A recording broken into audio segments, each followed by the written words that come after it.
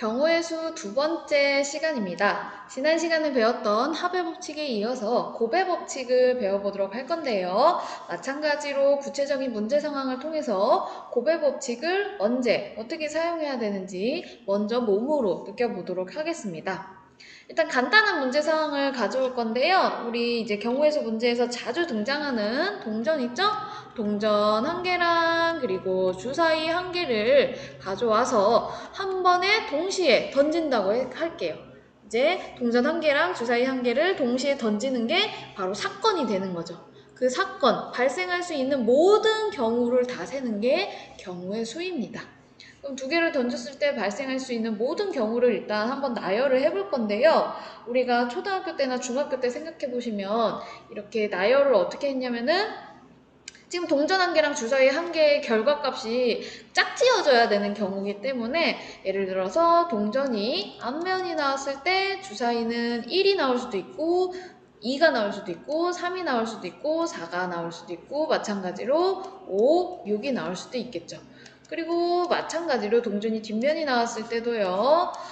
주사위는 눈이 6개니까 6개와 짝 지어질 수 있겠습니다. 이런 식으로 소용도로 나타내서 그 개수를 전부 다 셌었단 말이에요. 짝 지을 수 있는 모든 경우를 다 세보니까 지금 12개가 나오는구나. 모든 경우의 수는 12가지구나. 이렇게 셌었거든요. 지금은 뭐 간단해서 수용도로 전부 나타낼 수 있고 12가지를 구할 수 있지만 이제 여기서 더 복잡한 경우를 빨리 계산하기 위해서 그 경우의 수를 빨리 계산하기 위해서 새로운 법칙이 등장하게 되는 거예요. 그 중에 하나가 곱의 법칙인데요. 어떻게 곱의 법칙을 사용하냐? 지금처럼 동전 한 개랑 주사위 한 개를 동시에 던지는 것처럼 혹은 동전 한 개의 결과랑 주사위 한 개의 결과가 짝지어지는 경우에 바로 따로따로 일단 생각을 하시는 거예요. 동전 한 개가 일어날 수 있는 경우의 수는 우리가 간단하게 구할 수 있잖아요. 앞뒤 두 가지밖에 없고 주사위의 결과값은 주사위 눈이 6개니까 6가지밖에 없고 이 둘을 곱했더니 바로 12가지가 나오는구나. 그래서 2 곱하기 6을 사용해서 12를 바로 빠르게 계산을 할 수가 있다는 거죠. 더 이상 이렇게 수용도를 그리지 않고도요. 바로 이때 사용하는 법칙이 우리는 이제부터 곱의 법칙이라고 할 거고요. 지금 문제 상황을 통해서 느끼셨겠지만 곱의 법칙은 언제 사용한다? 두 사건이 어떨 때? 두 사건이 동시에 일어날 때 사용하게 된다는 겁니다. 자, 근데 여기서 좀 주의를 하실 게 동시에라는 말이 정말 같은 시간에 정말 1초도 차이 없이 동시에 일어나야 된다? 그 얘기를 하고 있는 건 아니에요. 그것 때문에 좀 헷갈리실 수 있는데 꼭 같은 시간에 일어나지 않더라도 예를 들어서 A 사건이 일어나서 연달아서 바로 B가 일어나는 경우더라도 A랑 B가 두 사건이 어쨌든 일어나야 한다면 둘 다 A도 그리고 B도 둘 다 일어나야 하는 경우라면 둘 다 동시에는 완전 같은 시간은 아니더라도 두 개 다 일어나야 하는 사건이라면 그때 곱의 법칙을 사용할 수 있는 거예요. 그럼 우리가 지난 시간에 배웠던 합의 법칙은 어떤 차이가 있었죠?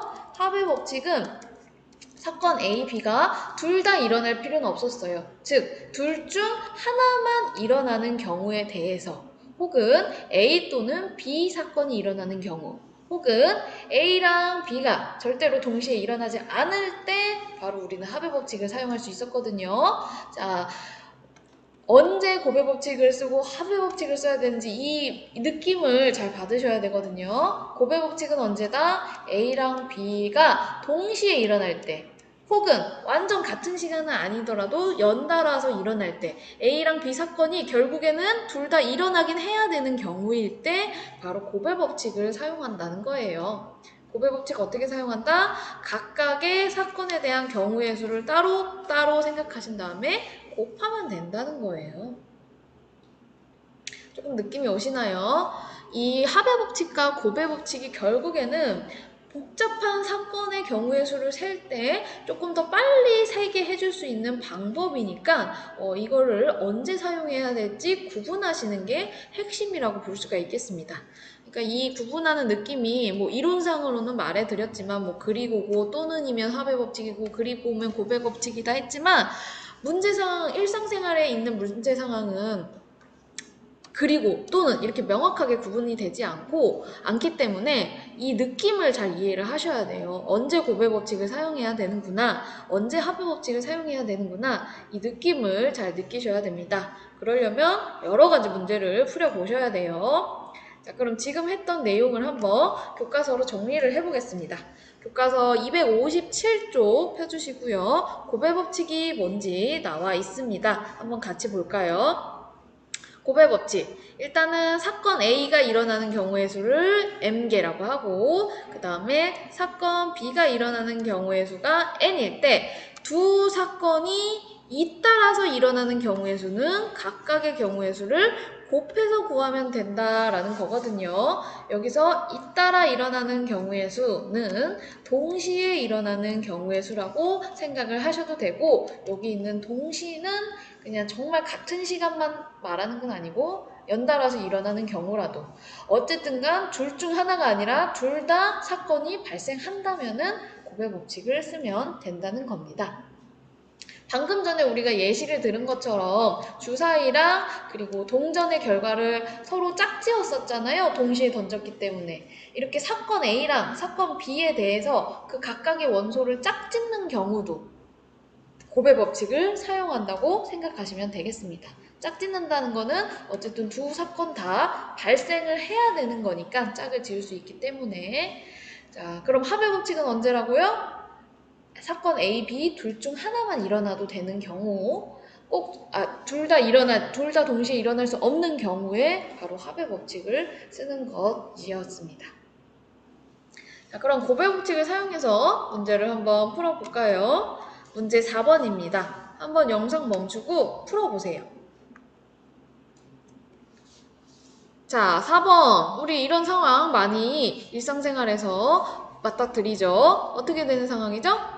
지금 음료를 만드는 상황인데 일단은 여기 과일 3가지 중에 과일 중에 하나 골라야 되고요. 그 다음에 하나는 야채 중에 하나 골라야 되네요. 양배추, 브로콜리, 당근, 토마토 중에서 한 가지. 그러니까 과일 하나, 야채 하나를 섞어서 음료를 만들 거예요. 그러면은 과일에서도 하나 가져와야 되고 야채에서도 하나 가져와야 하기 때문에 과일을 선택하는 걸 사건 A라고 하고 야채를 선택하는 걸 사건 B라고 하면 사건 A의 결과랑 사건 B의 결과를 결국에 짝지어줘야 되는 상황이 오거든요. 그래서 우리가 아직 합의법칙을 배우지 않았다면 사과랑 양배추 짝 찍는 경우, 브로콜리 짝 찍는 경우, 당근 짝 찍는 경우, 토마토 짝 찍는 경우 이렇게 다 따로따로 구해줬었겠지만 이제 우리는 알 수 있죠. 이렇게 짝지어지는 경우 혹은 두 사건이 잇따라서 동시에 일어나는 경우에는 뭘 사용할 수 있다? 고배법칙을 사용할 수 있다고요. 고배법칙은 어떻게 구한다? 사건 A 그리고 B가 일어날 각각의 경우의 수를 구한 다음에 곱해주면 된다는 거였죠. 그럼 과일을 선택할 경우의 수는 지금 3가지밖에 없기 때문에 3이 될 거고요. 야채를 선택할 경우의 수는 4가지가 되겠으니까 우리가 원하는 최종 답은 3 곱하기 4, 즉 12가지가 답이 되겠습니다. 12가지의 서로 다른 음료수를 만들 수가 있는 거죠. 이어서 한 가지 문제 더 풀어볼게요. 한 가지 문제 더. 258쪽에 문제 6번인데요. 예제랑 문제 5번을 뛰어넘긴 했는데 요거는 조금 더 생각해 볼 부분이 있어서 다음 시간에 따로 다루도록 하고 오늘은 문제 6번까지 한번 풀어보도록 하겠습니다. 자, 6번도 한번 영상 잠깐 멈추시고 직접 풀어보세요. 자, 풀어봤나요? 자, 다음 식을 전개했을 때 항의 개수를 구하라고 했어요. 자, 지금 보니까 크게 보시면 하나, 두 다항식이 곱이거든요. 자, 우리가 두 다항식을 곱할 때는 즉 전개할 때는 분배법칙을 사용해서 전개를 한단 말이에요. 근데 분배법칙을 잘 생각해 보시면 알겠지만 A에서 분배법칙 할 때 같은 다항식에 있는 거랑 곱하지 않거든요. 우리는 크게 이 다항식과 뒤에 있는 다항식을 곱하는 거기 때문에 같은 다항식 안에끼리 곱하는 게 아니라 같은 다항식 안에 있는 항끼리 곱하는 게 아니라 앞에 있는 다항식 중에 항 하나랑 그리고 뒤에 있는 다항식 중에 항 하나랑 곱해주는 작업이 바로 분배 법칙이에요. 혹은 뭐 B 하나랑 Z 하나랑 이런 식으로 다 하나하나 곱해줘야겠죠. 그래서 지금 9번을 곱하셔야 되는데 9번 곱했을 때 나오는 것 자체가 항의 원소가 어떻게 생겼냐면요. 여기 앞에 있는 다항식 중에서 항 하나를 선택하고요. 뒤에 있는 다항식 중에서 항 하나를 선택해서 그 둘을 곱하면서 항이 하나가 생기는 거예요. 방금 했듯이 뭐 A 하나, X 하나, AX 항 생기고 혹은 뭐 B 하나랑 Z 하나 고르면 BZ 항 이런 식으로 앞에 있는 항을 뭐 뭐라고 할까요? 앞에 있는 앞에 있는 다항식 중에서 항 하나를 고르는 사건을 대문자 A라고 하고 뒤에 있는 다항식 중에 항 하나를 고르는 사건을 B라고 하면은 우리는 어쨌든 짝을 지어줄 거기 때문에 동시에 일어나는 사건으로 생각을 해서 곱의 법칙을 이제 사용할 수가 있다는 거죠. 그래서 곱의 법칙 어떻게 사용하면 돼요? A 경우의 수 먼저 구해주면 첫 번째 다항식에서 항 하나를 선택하는 거는 지금 항이 3개로 연결되어 있기 때문에 3가지가 되겠고요. B 사건의 경우의 수는 뒤에 있는 다항식에서 항 하나를 택하는 경우인데 뒤에 있는 것도 마찬가지로 항이 3개로 연결되어 있기 때문에 셋 중 하나를 골라야 되니까 경우의 수는 3이겠네요.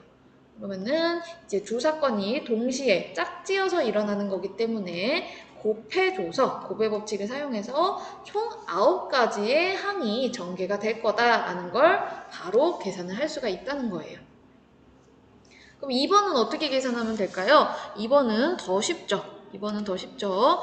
자, 항이 만들어질 거예요. 분배 법칙 열심히 하셔가지고 먼저 뭐 2개 하고 그 다음에 3개 해서 열심히 전개를 하시면 되는데 이제 우리는 결과를 예측을 할 수가 있다는 거예요.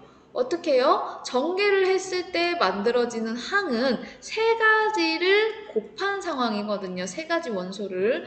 어떻게 3가지 원소를요? 일단 첫 번째 다항식에서 항 하나를 데려오고 그 다음 두 번째 항에서 항 하나를 데려오고 세 번째 다항식에서 항 하나를 데려온다고요. 예를 들어 B 두 번째에서는 Y 세 번째에서는 Q를 고르면 B, Y, Q라는 항이 하나 전개가 되는 겁니다. 그러면은 이제 이 각 자리에 올 수 있는 경우의 수를 따로 구해서 어쨌든 우린 짝을 짓는 상황이기 때문에 동시에 일어나는 사건으로 처리를 해서 곱의 법칙을 사용하면 된다는 거죠.